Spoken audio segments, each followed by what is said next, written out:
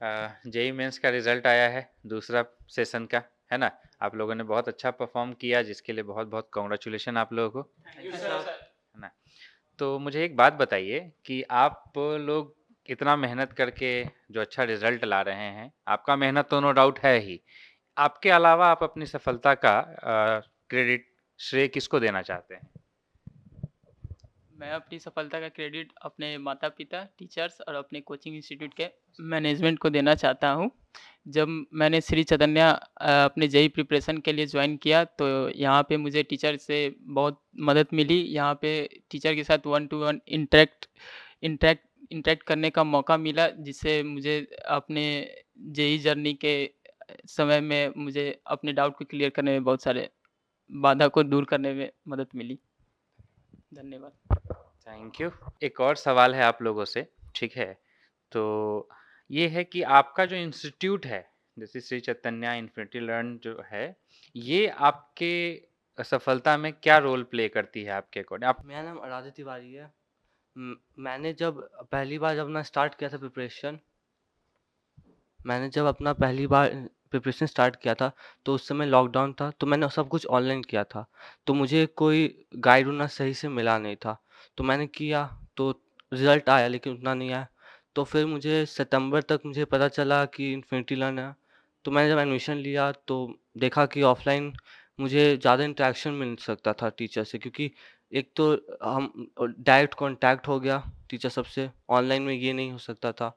तो जब इंस्टीट्यूट में आया तो मुझे और पता चला कि आप कैसे-कैसे प्रिपरेशन के लिए आप क्या-क्या कर सकते हो। जैसे कि स्टडी मटेरियल्स मिले मुझे, जो कि ऑनलाइन मुझे नहीं मिल सकते थे। नोट्स सही से मिल रहे, प्लस मुझे गाइडेंस मिले, और प्लस डाउट क्लियरेंस बहुत ज़्यादा हो पाया मेरा, क्योंकि ऑनलाइन पढ़ा रहे थे लेकिन डाउट तो क्लियर हो नहीं रहा था। तो इस कारण से इंस्टीट्यूट बहुत ज़्यादा मेरा हेल्प किया। और यहाँ पर मैनेजमेंट भी जो थे, तो हम लोग जब भी मुझे कुछ भी मैनेजमेंट में भी डाउट या फिर रिलेटेड स्टडी मटेरियल या फिर जो भी था, तो मिल जाता था। Thank you. बहुत अच्छे। अभी जैसा कि इसने कहा कि श्री चैतन्य सितंबर में स्टार्ट हुआ है, सितंबर 2022 में, ठीक है? एज ए स्टूडेंट हर कोई ये सोचता है कि हमको मैक्सिमम से मैक्सिमम टाइम मिलना चाहिए तैयारी करने के लिए। तो सब लोग ये सोचता है कि जैसे बोर्ड एग्ज़ाम हो गया है हमारा, है ना, मार्च में, तो हम मार्च से ही शुरू कर देते हैं या अप्रैल से शुरू करते हैं। आप लोगों ने एक बहुत करेजियस डिसीजन लिया कि एक इंस्टीट्यूट जो इतना लेट खुल रहा है, उसमें आपने एडमिशन लिया, सितंबर में आपने एडमिशन लिया, ठीक है? तो आपको क्या लगा कि ये इंस्टीट्यूट कर पाएगा, हमारा तैयारी करवा पाएगा, हमें अच्छा रिजल्ट दिला पाएगा कि नहीं दिला पाएगा? और क्या उस समय आप क्या फील कर रहे थे, और उसके बाद का एक्सपीरियंस जो आपने कम टाइम में किया है, ठीक है, वो शेयर करेंगे मेरे साथ? मैं यहाँ पर अब मेरे मैथ के टीचर दीपक सर के थ्रू यहाँ पे आया हूँ। मैं पिछले बार जब एग्ज़ाम दिया था, तो मेरा रिजल्ट उतना अच्छा नहीं हो पाया था। तो सर ही से मैं पूछा कि सर क्या करूँ? तो सर ही बोले ड्रॉप लो, और एक इंस्टीट्यूट के सजेस्ट किए कि यहाँ पे आकर क्लास करो। और जब से मैं यहाँ पे आके क्लास किया हूँ, यहाँ पे टीचर्स, यहाँ पे स्टाफ्स और मैनेजमेंट बहुत ज़्यादा सपोर्टिव है।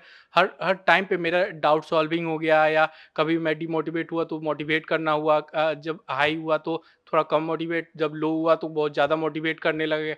और वन टू वन इंटरेक्शन रहा। यहाँ स्टूडेंट वर्सेस टीचर का रेशियो बहुत कम था। 30 बच्चे पे एक ही स्टूडेंट थे, जिसके कारण इंटरेक्शन अच्छा से हुआ, जिसमें मेरे को बहुत ज़्यादा मदद मिला अपने डाउट सॉल्व करने में और अपना रिजल्ट को इम्प्रूव करने में। Thank you. एक और सवाल मैं करना चाहूँगा कि आपके अकॉर्डिंग आपको क्या लगता है कि तैयारी कब शुरू करनी चाहिए, ठीक है? और जब आप तैयारी कर रहे हैं, जब आप तैयारी का फेज में थे, तो आपको क्या लगता है कि आपको टीचर से किस टाइप का कोऑपरेशन मिले तो एक स्टूडेंट अच्छा कर सकता है? जैसे मेरे अनुसार तो तैयारी जब से आप 11th-12th में इंटर कर रहे हैं तभी से करनी चाहिए, क्योंकि ये बहुत जैसे ही आप 11th-12th स्टार्ट करें, वो बहुत ज़्यादा क्रूशियल टाइम होता है क्योंकि ये टाइम दोबारा आता नहीं है। आप एक बार टाइम आपका स्पेंड हो गया या चला गया तो तो आप लोग को बहुत अफ़सोस होगा कि नहीं थोड़ा और टाइम मिल जाता तो अच्छा रहता कि ये कर दे, ये भी कर लेते, ये भी कर लेते। लेकिन बाद में वो टाइम नहीं आएगा। आप जितना जल्दी आप शुरू कर दीजिएगा तैयारी उतना अच्छा है। और रही बात टीचर की, तो टीचर्स तो अगर जितने अच्छे मिल सके, जैसे बहुत सारे टीचर होते हैं कि कुछ डाउट में फँसते हैं, कुछ पढ़ाने में, लेकिन जितने अच्छे टीचर आपको मिल सके जो डाउट तो आप लोग को बता सके, आपको जो दिक्कत हो वो आपको पर्सनली बता सके कि जैसे मेरे में क्या दिक्कत है, मेरे को दूसरे में क्या दिक्कत है, उसको कि पर्सनल लेवल पे टॉक कर सके आपसे कि वहाँ इंटरेक्शन ज़्यादा हो सके। और टीचर टाइम टाइम पे आपको मोटिवेट करते रहे कि क्यों तुमको तो इतना खराब आ रहा है, मार्क्स क्यों ज़्यादा आ रहा है, ये वो बताते रहे हमेशा। तो वो आपके लिए आपके स्कोर को इम्प्रूव करने के लिए बहुत ज़्यादा हेल्प करेगा। और रही बात यहाँ मैनेजमेंट की, मैनेजमेंट भी उतना ही अच्छा होना चाहिए। और आपको जो मॉड्यूल फॉलो कर रहे हैं या जो बुक प्रोवाइड किया जा रहा है उसको फिर आप बनाते रहना चाहिए। और अपने टीचर पे पूरे फेथ रख के अपना काम करना चाहिए। Thank you. आप लोगों से एक सवाल और करना चाहता हूं मैं कि जो आपका प्रिपरेशन स्ट्रैटेजी बना था, ठीक है, क्या प्रिपरेशन स्ट्रैटेजी में आपके टीचर्स ने आपकी हेल्प करी थी क्या? कोई जवाब देंगे इसका?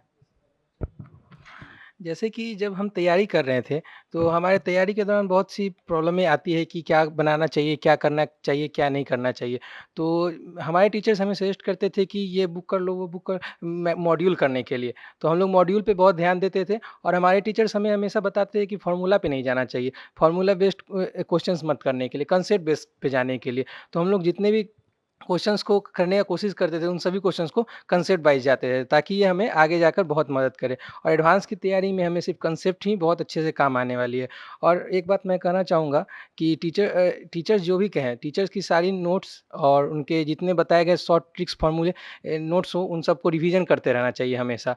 और इस दौरान आपको एनसीईआरटी पे बहुत फ़ोकस करना पड़ेगा। एनसीईआरटी को लाइन बाय लाइन पढ़िए, आपकी जेईई की प्रिपरेशन में आपको बहुत मदद करेगा। Thank you.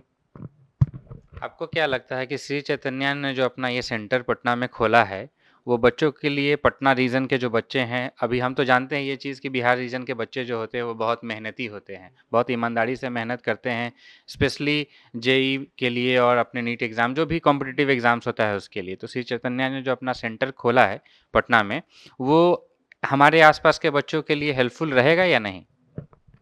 बहुत हेल्पफुल रहेगा सर। जो बच्चे अभी शुरू-शुरू में आ रहे हैं, अगर उनका कंसेप्ट अगर शुरू से ही अगर स्ट्रॉन्ग करना है, तो सर एकदम बहुत अच्छा है उनके लिए। क्योंकि जो बच्चे आएँगे उन्हें एकदम हमारे टीचर एकदम बेसिक लेवल से पूरे कंसेप्ट वाइज़ पढ़ाते हैं। वो यहाँ तक ये कुछ रटने के लिए नहीं कहते, बस कंसेप्ट समझाते हैं और उनको मॉड्यूल करने के लिए कहते हैं। हमारे मॉड्यूल में बहुत से अच्छी-अच्छी चीज़ें दी हुई हैं, जो हमें अपने कंसेप्ट को करने में बहुत मदद करती है। और मैं ये कहना चाहूँगा कि जो बच्चे अभी नए-नए आ रहे हैं, उनके लिए ये बहुत अच्छा होगा कि अभी से ही तैयारी करना शुरू कर दें वो। अच्छा, एक प्रिपरेशन में जैसा कि आप लोग भी कह रहे हैं कि मॉड्यूल, टीचर का रोल, आपका अपना मेहनत बहुत इम्पोर्टेंस रखता है इस चीज़ में। तो मेहनत तो स्टूडेंट तो खैर करेगा ही करेगा। मैं कोचिंग के बारे में अगर बात करूँ, श्री चैतन्य जो पटना में खुला है, ठीक है, यहाँ अगर आप टीचर्स को रेटिंग देना चाहें तो आउट ऑफ 5 क्या रेटिंग देना चाहेंगे? आउट ऑफ 5 तो मैं 4.8 रेटिंग देना चाहूँगा, क्योंकि यहाँ के टीचर सब बहुत ज़्यादा सपोर्टिव है और हर टाइम पे हम लोग की मदद करते हैं। चाहे आप कितना अच्छा स्कोर कर रहे हैं या कितना खराब स्कोर है, उससे कोई मतलब नहीं है टीचर को। आपके कॉन्सेप्ट कितना ज़्यादा वीक है और कितना ज़्यादा उसको और स्ट्रॉन्ग करना है, उसी के पीछे हमेशा लगे रहते हैं। और टाइम टू टाइम इसमें एक और ये है कि बेनिफिट है कि यहाँ टीचर वर्सेस स्टूडेंट का रेशियो बहुत कम है, जिसके कारण टीचर आप पे पूरा ध्यान दे पाते हैं और आपका जो सबसे अच्छा इम्प्रूवमेंट हो सकता है वो उसके तरफ जाते हैं। Thank you. एक ये चीज़ भी है कि जो आप स्टडी मटेरियल लेते हैं, ठीक है, स्टडी मटेरियल भी कहीं ना कहीं आपकी सफलता में एक इम्पॉर्टेंट रोल प्ले करता है। तो आप बताएंगे कि यहाँ के स्टडी मटेरियल को, जैसे मैंने टीचर्स के लिए रैंकिंग पूछी, तो क्या स्टडी मटेरियल को मैं बोलूँ आउट ऑफ 5 तो आप क्या उसको रैंक करेंगे? सर 4.67 जो आप बोलिए, लेकिन 4.7, क्योंकि सर होता क्या है कि हम लोग मॉड्यूल को जल्दी हम लोग बाहर के जो बच्चे होते हैं वो सोचते हैं कि हम लोग को जितना बाहर से भी क्वेश्चन मिलता है वो बनाने का एक कोई माइंडसेट, सिंपल माइंडसेट से ये आता है, क्योंकि बाहर में लोगों को बताया जाता है कि मॉड्यूल उतना नहीं होता है, क्योंकि आप किसी भी प्रिपरेशन करने वाले पूछिएगा तो वो बोलेगा मॉड्यूल से ज़्यादा तुम अपने ऑनलाइन क्वेश्चन ढूँढो। आजकल ऑनलाइन जो मिला है उसका आंसर, लेकिन जो मॉड्यूल है वो मॉड्यूल आपको एकदम क्लासिफ़ाई करके देता है कि इस टॉपिक से आपको यहाँ पर मिल जाएगा क्वेश्चन, आप यहाँ पर एक बार में आपको ढूँढने में आसानी होगा। लेकिन यही चीज़ बहुत सारे मॉड्यूल में नहीं मिलती है, क्योंकि मैंने अपने दोस्तों से पूछा था तो उन लोग का जब मैंने मॉड्यूल देखा तो उसमें बहुत डिफरेंस था। मैं जितना आसानी से इसको सॉल्व कर पाता हूँ और एकदम कंसेप्चुअल होते हैं सारे के सारे मॉड्यूल्स में, कि आपको अगर थोड़ा-सा भी डाउट हुआ तो आप पीछे थोड़ा-सा भी मिस उसका फ़ॉर्मूला तक होगा, कॉन्सेप्ट तक है, कि आप उसमें रिमाइंड करके देख लीजिए। जिस कारण से आपको एकदम पॉइंट टू पॉइंट आप क्लियर होते जाएगा। अगर आप क्वेश्चन बनाएँगे तो आपका कॉन्सेप्ट भी क्लियर होगा, साथ में अगर क्वेश्चन प्रैक्टिस हो गया और एकदम लाइन बाय लाइन। मतलब कि आपको इस टॉपिक से डाउट है, तो इस टॉपिक का क्वेश्चन एक जगह सारा का सारा कलेक्टेड है। Thank you. अभी-अभी आप लोगों ने इतना मेहनत करके इतना अच्छा रिज़ल्ट लाया है, ठीक है? तो आप अपने जूनियर्स को कुछ सजेशंस अगर देना चाहें, तो क्या सजेशंस देंगे? ऐसे तो सभी बच्चों को तैयारी करते समय अपनी-अपनी स्ट्रैटेजी होती है। अगर मेरी स्ट्रैटेजी देखी जाए तो मैं अपने टीचर्स के नोट्स को हमेशा रिवाइज़ करते रहता था। सभी बच्चों को अपने टीचर्स के नोट्स रिवाइज़ करने चाहिए और जैसे कि अभी जो बच्चे तैयारी कर रहे हैं उन्हें जनरली अपने टीचर्स के नोट्स और उनके द्वारा बताए गए जितने भी कांसेप्ट हैं उन सभी को ध्यान देना चाहिए, ताकि फ़ॉर्मूला रटने की कोशिश ना करें। अगर फ़ॉर्मूला तो सिर्फ़ उन्हें उन्हें एक फ़ॉर्मूला ही याद रह पाएगा, अच्छे-अच्छे क्वेश्चन्स को वो सॉल्व नहीं कर पाएँगे।